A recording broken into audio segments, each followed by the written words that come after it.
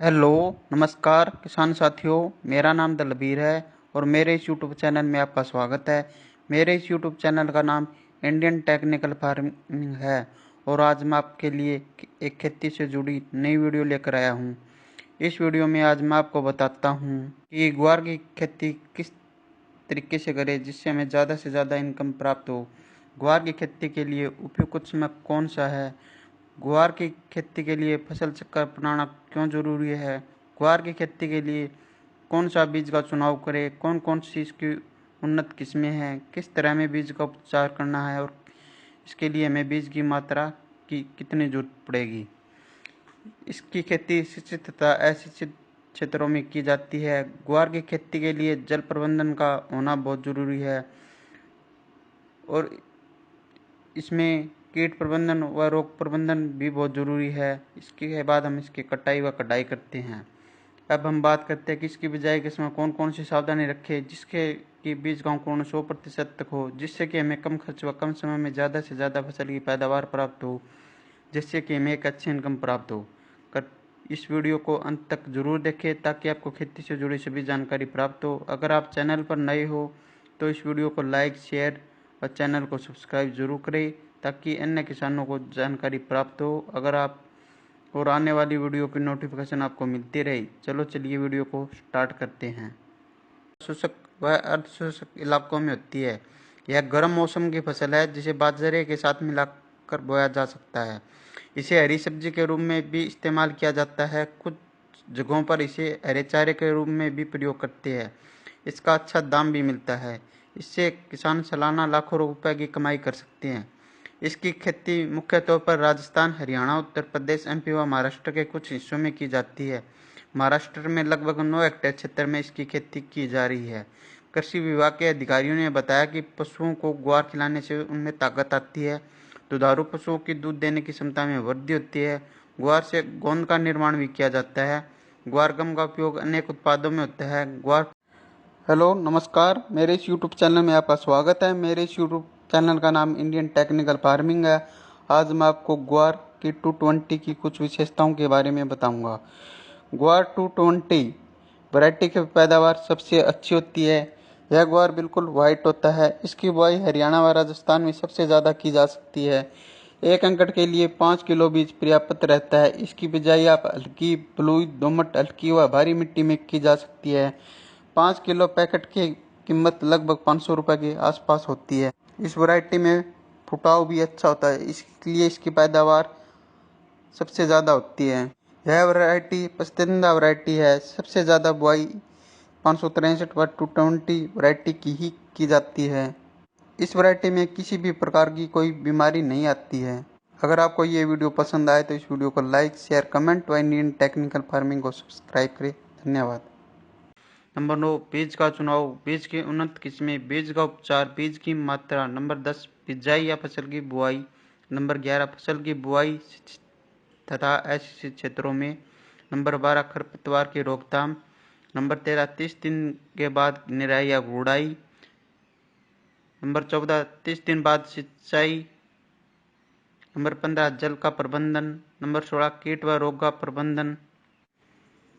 Number 16, insecticide व tonic का spray. Number 17, कटाई फिर कटाई फिर भंडारण। ये मुख्य सावधानियां हैं जो हमें ग्वार की फसल में रखनी चाहिए। ग्वार की खेती के लिए उपयुक्त समय। ग्वार की खेती खरीफ और गर्मी के मौसम में की जाती है। कालीन फसल की बुआई के लिए मई महीने का प्रथम पखवाड़ा उपयुक्त समय है। यह आप नहरी पानी से भी कर सकते हैं। देरी से बुआई करने पर पैदावार पर प्रतिकूल प्रभाव पड़ता है। वर्षा ऋतु की फसल की बुआई के लिए जून व जुलाई उपयुक्त समय है। वर्षा आधारित क्षेत्रों में जुलाई माह में वर्षा आगमन के समय ही ग्वार की बुआई कर देनी चाहिए। बाजार में बाजरा की बहुत सी वैरायटियाँ उपलब्ध होती है। मई महीने में हम अगेती वैरायटी व जून जुलाई में हम 75 वैरायटी या फिर हम समय के अनुसार ही वैरायटी का चुनाव करते हैं। खेत का चुनाव, इसके बाद हम बाजरा की बिजाई के लिए हम खेत का चुनाव करते हैं। अगर पहले उस खेत में सरसों की बिजाई की थी तो सरसों के फन्नों को रोटोवेटर की सहायता से 1-2 बार अच्छी तरह से जुताई कर दे ताकि सरसों के फन्नों खेत में अच्छी तरह से मिट्टी में मिल जाए, फिर आप हैरों की सहायता से 2-3 बार अच्छी तरह से जुताई कर दे। फिर आप लेजर लेवलर की सहायता से खेत को समतल कर दे। अगर खेत पिरानी है तो आप रोटावेटर की सहायता से 2-3 बार जुताई कर दे। फिर आप हैरों की सहायता से उसकी 1-2 बार अच्छी तरह से जुताई कर दे, या फिर आप कल्टीवेटर की सहायता से एक गहरी जुताई कर दे। अगर खेत नहरी है तो उस खेत को लेजर लेवलर की सहायता से समतल कर दे, ताकि खेत की सिंचाई अच्छी तरीके से हो जाए। मिट्टी की जांच, सबसे पहले अपने खेत की मिट्टी की जांच करवा ले, जिससे हमें यह पता चल जाता है कि यह मिट्टी में कौन कौन से पोषक तत्वों की कमी है और खेत की मिट्टी किन किन फसलों के लिए उपयुक्त है, और इस मिट्टी में कौन कौन सी फसलें उगाई जा सकती है, जैसे गेहूँ, चना, अरहर, सरसों, राया, बरसीन, गन्ना, आलू, मक्का, बाजरा, कपास। मिट्टी की जांच से हमें यह पता चल जाता है कि इस मिट्टी का पीएच मान कितना है और इसमें कौन कौन सी फसलें उगाई जा सकती हैं। पानी की जांच, अगर आप फसल की बिजाई के लिए नहरी पानी का इस्तेमाल करते हैं तो यह सभी प्रकार की फसलों के लिए अच्छा है और इसमें बीज का अंकुरण 100% हो जाता है। अगर आप ट्यूबवेल के पानी से फसलों की बिजाई करते हैं तो आप सबसे पहले ट्यूबवेल के पानी की जांच करवा लें। अगर ट्यूबवेल का पानी पीने में मीठा है तो इसमें पानी का पीपीएम ज़्यादा हो सकता है और बीज अंकुरण के समय यह एक समस्या बन जाता है। अगर पानी का पीपीएम 1000 से कम है तो यह सभी प्रकार की फसलों के लिए अच्छा है और इसमें बीज का अंकुरण 100% हो जाता है। अगर पानी का पीपीएम 1000 से ज़्यादा है तो इसमें बीज का अंकुरण सही तरीके से नहीं हो पाता है, इसलिए पानी की जांच करवाना बहुत ज़रूरी है। ग्वार की फसल में हमें ट्यूबवेल के पानी का इस्तेमाल नहीं करना चाहिए, क्योंकि इससे ग्वार की फसल अच्छी नहीं होती है। अगर सिंचाई के लिए जरूरत पड़े तो हमें नहरी पानी का ही इस्तेमाल करना चाहिए। खेत की तैयारी व गोबर की खाद, अगर आप खेत में गोबर की खाद का इस्तेमाल करते हैं तो 8 से 10 टोली 1 एकड़ के लिए पर्याप्त रहती है। गोबर की खाद जमीन में अच्छी तरह बिखेर कर जमीन को समतल कर देना चाहिए। ग्वार की खेती के लिए भूमि, ग्वार की खेती के लिए उचित जल निकास वाली दोमट व बलुई दोमट मिट्टी सर्वोत्तम रहती है। यह फसल सिंचित व असिंचित दोनों क्षेत्रों में सफलतापूर्वक उगाई जा सकती है। हल्की सारीय व लवणीय भूमि जिसका पीएच मान 7.5 से 8.5 तक हो, वहीं पर ग्वार की खेती आसानी से की जा सकती है। ग्वार के लिए एक जुताई मिट्टी पलटने वाले हल या डिस्क हैरो से क्रॉस जुताई कर पट्टा लगा देना चाहिए। इसके उपरांत एक कल्टीवेटर से जुताई पर्याप्त रहता है, जिसमें मृदा नमी संरक्षित रहे। जुलाई जून के द्वितीय पखवाड़े में ही करनी चाहिए। इस प्रकार तैयार खेत में खरपतवार कम पनपते हैं। ग्वार फसल के लिए जलवायु, ग्वार एक सूखा सहन करने वाली व गर्म जलवायु की फसल है।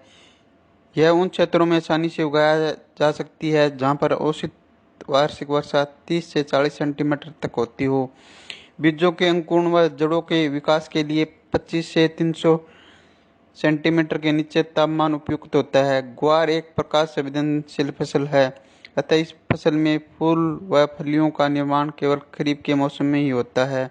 अत्यधिक बारिश, बरसात व ठंड को यह सहन नहीं कर पाती है। जिन क्षेत्रों में अत्यधिक गर्मी पड़ती है परंतु सिंचाई की सुविधा उपलब्ध है, वहाँ पर ग्वार की खेती से भरपूर पैदावार ली जा सकती है।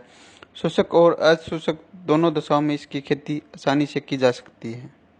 ग्वार एक उष्ण कटिबंधीय फसल है जो 18 से 30 डिग्री सेल्सियस के औसत तापमान पर पकती है। खरीफ की गर्म और आर्द्र जलवायु के कारण पेड़ों की वृद्धि बहुत अच्छी होती है। सर्दी के मौसम में इन फसलों की खेती लाभदायक नहीं होती है। यह फसल सभी प्रकार की मिट्टी में उगाई जा सकती है। अच्छे जल निकास वाली मध्यम से भारी मिट्टी में फसल अच्छी तरह से बढ़ती है। यदि मिट्टी की सतह, फसल पद्धति या फसल चक्र को क्रॉप रोटेशन के नाम से भी जाना जाता है। किसी निश्चित भूमि में निश्चित समय वाली फसलों को लगातार अदल बदल कर बोना ही फसल चक्र कहलाता है। फसल चक्र का मुख्य उद्देश्य है किसी भी तरह के पौधे के लिए भूमि में मौजूद पोषक तत्वों के सदुपयोग से भूमि की भौतिक और जैविक स्थिति में संतुलन बनाए रखना होता है।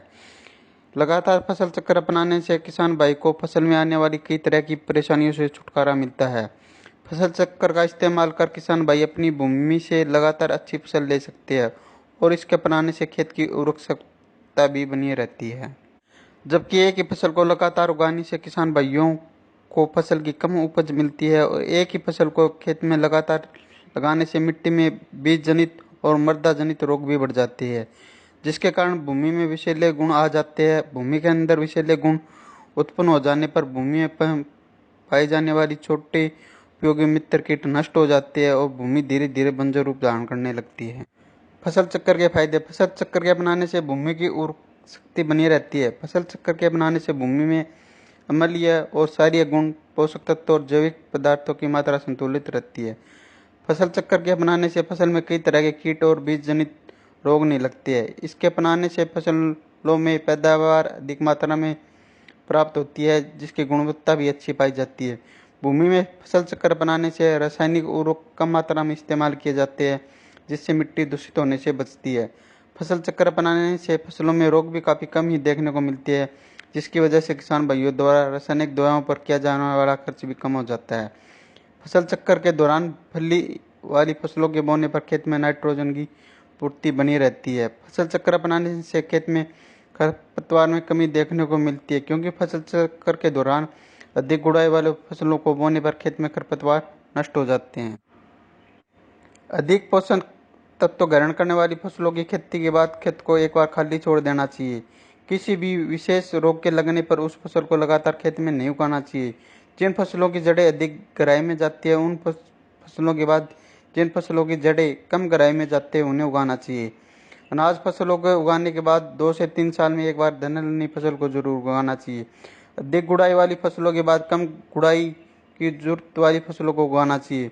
अधिक सिंचाई वाली धान जैसी फसलों के बाद कम सिंचाई वाली जरूरत की फसलों को उगाना चाहिए। अधिक उर्वरक लेने वाली फसलों के बाद जिन फसलों की उर्वरक की काफ़ी कम आवश्यकता होती है, उन्हें उगाना चाहिए। इस प्रकार हमें फसल चक्र अपनाना चाहिए। बीज का चुनाव। हमें एक ऐसी वैरायटी का चुनाव करना होता है जो वैरायटी अच्छा उत्पादन देती हो, जिसका उत्पादन ज़्यादा से ज़्यादा होता हो और जिसकी मार्केट में बहुत ज़्यादा मांग हो और उसका भाव भी अच्छा हो, क्योंकि एक बढ़िया क्वालिटी का बीज ही हमें एक अच्छा उत्पादन और मुनाफा दे सकता है।